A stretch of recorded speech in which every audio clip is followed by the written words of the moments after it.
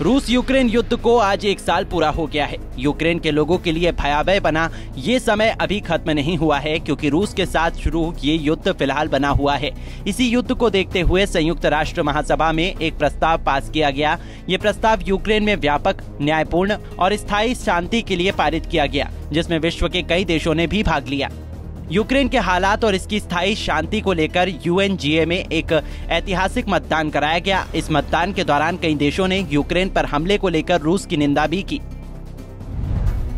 UNGA में इस मसले पर हुए ऐतिहासिक मतदान के दौरान 141 सदस्यों ने यूक्रेन में शांति के प्रस्ताव के पक्ष में मतदान किया, जबकि 7 ने इसका विरोध किया। वहीं चीन और भारत समेत 32 सदस्य मतदान के दौरान अनुपस्थित रहे। यूएनजीए में लाया गया ये प्रस्ताव रूस को यूक्रेन से शत्रुता समाप्त करने और यूक्रेन से सैनिकों की वापसी की बात करता है। जिस वोटिंग में भारत के साथ चीन भी अनुपस्थित रहा, उसमें एक संयुक्त राष्ट्र का चार्टर भी पास किया गया। इस चार्टर के सिद्धांतों के अनुरूप यूक्रेन में जल्द से जल्द व्यापक, न्यायसंगत और स्थायी शांति हासिल करने की आवश्यकता को रेखांकित किया गया। 193 सदस्यीय महासभा ने यूक्रेन और उसके समर्थकों द्वारा प्रस्तावित मसौदा प्रस्ताव को अपनाया, जिसका शीर्षक था संयुक्त राष्ट्र चार्टर के सिद्धांत के अंतर्गत यूक्रेन में व्यापक, न्यायसंगत और स्थायी शांति का आधार।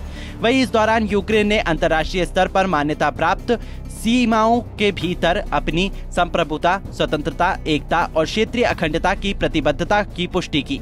साथ ही हमेशा से अपनी मांग पर कायम रहते हुए कहा, रूस जल्द से जल्द पूरी तरह से अपने सभी सैन्य बलों को यूक्रेन के क्षेत्र से अंतर्राष्ट्रीय स्तर पर मान्यता प्राप्त सीमाओं के भीतर वापस ले और शत्रुता को समाप्त करने का आह्वान करे।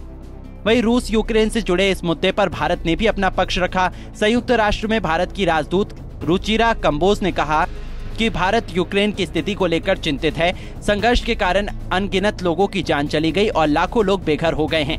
नागरिक बुनियादी ढांचे पर हमले गंभीर रूप से चिंता के कारण हैं। आज यूएनजीए यूक्रेनी संघर्ष के 1 वर्ष के रूप में चिन्हित है। ऐसे में यह महत्वपूर्ण है कि हम खुद से कुछ प्रासंगिक प्रश्न पूछें कि क्या हम दोनों पक्षों को स्वीकार्य संभावित समाधान के करीब हैं।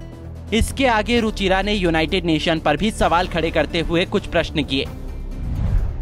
भारतीय राजदूत ने कहा कि क्या 1945 के विश्व निर्माण पर आधारित संयुक्त राष्ट्र प्रणाली और संयुक्त राष्ट्र सुरक्षा परिषद वैश्विक शांति जैसे मुद्दों पर अप्रभावी नहीं हो गए हैं। भारत संयुक्त राष्ट्र चार्टर के सिद्धांतों का पालन करता है। हम हमेशा संवाद और कूटनीति को ही एकमात्र रास्ता मानते हैं, लेकिन इस स्थायी शांति हासिल करने वाले इस मुद्दे से जुड़ी सीमाओं को देखते हुए हम आज के प्रस्ताव के घोषित उद्देश्यों से दूर रहने के लिए विवश हैं।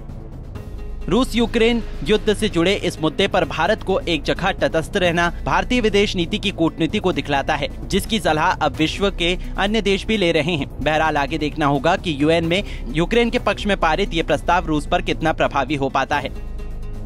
Bureau report, Punjab Kesari TV. हमसे जुड़े रहने के लिए हमारे YouTube चैनल को सब्सक्राइब करें और नई वीडियो की नोटिफिकेशन के लिए बेल आइकॉन को दबाएं।